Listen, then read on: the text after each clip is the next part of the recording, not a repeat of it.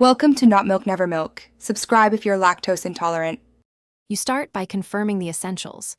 Make sure your iPhone 13 runs iOS 16 or later, and that you've backed up important data, because we'll modify network settings.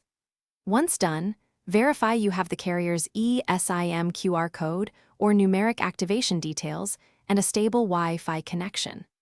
Plug the phone in or have at least 20% battery so the process won't drop mid-update. Now open Settings and head to Cellular to begin adding the Esim.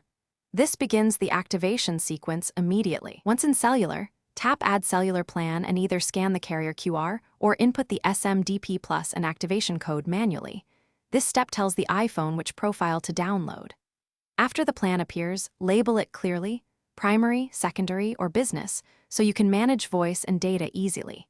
Make sure you assign a default line for voice and cellular data, and enable or disable allow cellular data switching as needed.